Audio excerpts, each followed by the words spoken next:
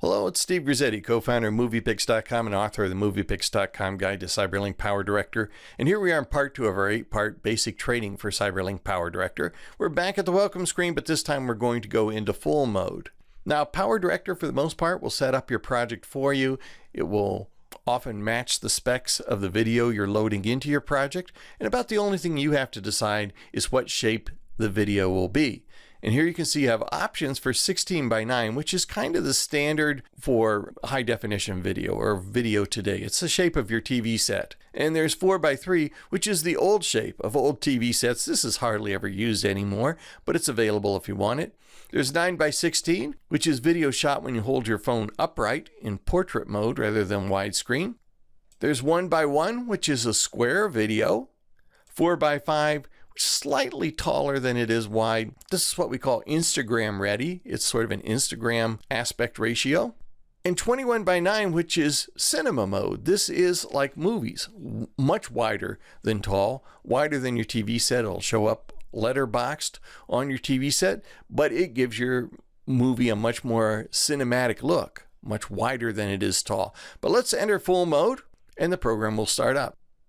And here when the program starts up, you notice that it goes into a project that I have in the works right now. That has to do with the preferences I've set. You can change your preferences by going to the cog here in the upper right of the program.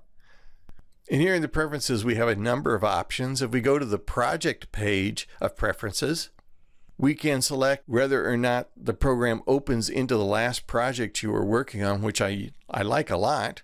I like to start up right where I left off.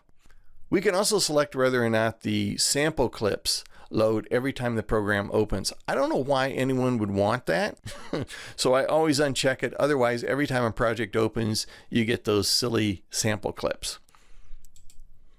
Now, we selected 16:9 as the aspect ratio for our project. We can change that at any point we're working on a project.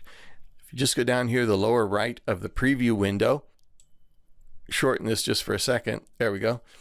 And now you can see the different project aspect ratios. You can change them at any point while you're editing. I recommend those setting them at the beginning because they're sort of going to determine how your whole project looks. Now, what project aspect ratios you select is going to determine what's available when you output your movie. Obviously, you'll have different options for outputting your movie depending on your project settings. Now, right now we are in timeline mode. This is the timeline. You can see the clips are represented by how much time they take up. Timeline, right? If I click the tab button here on my keyboard, it switches us over to storyboard mode.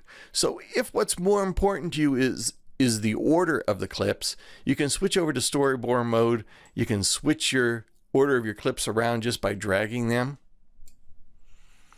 And you can build out your movie just by dragging clips into the little placeholders. If you're quickly trying to assemble a movie, storyboard is the way to go. We can switch back over to our timeline mode by clicking the tab button. Now, one thing that's very important to note, and it's kind of unique to PowerDirector, is the fact that the timeline is a sort of a bottom-down timeline, or it's upside down essentially. Most video editing programs will have the lowermost track at the bottom of the timeline, and then you add tracks on top of that. In the case of PowerDirector, video track 1 is at the very top of the timeline, and things you overlay onto it or tracks you overlay onto it go below it. And that can be a little disorienting. It's sort of counterintuitive until you get used to it. If that bothers you a lot, you do have the option of changing that. That's once again to go up to the cog in the upper right of the program, open up the preferences, and here on the editing page, you have the option to reverse the timeline track order, which puts track 1 down at the bottom and the other tracks on top of it.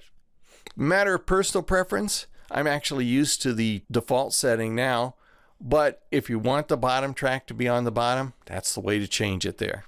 Anyway, come back in part 3. We're actually going to gather some media up and we're going to add it to our timeline. And our little project is coming right along here in CyberLink PowerDirector. Hope you'll join me for part 3.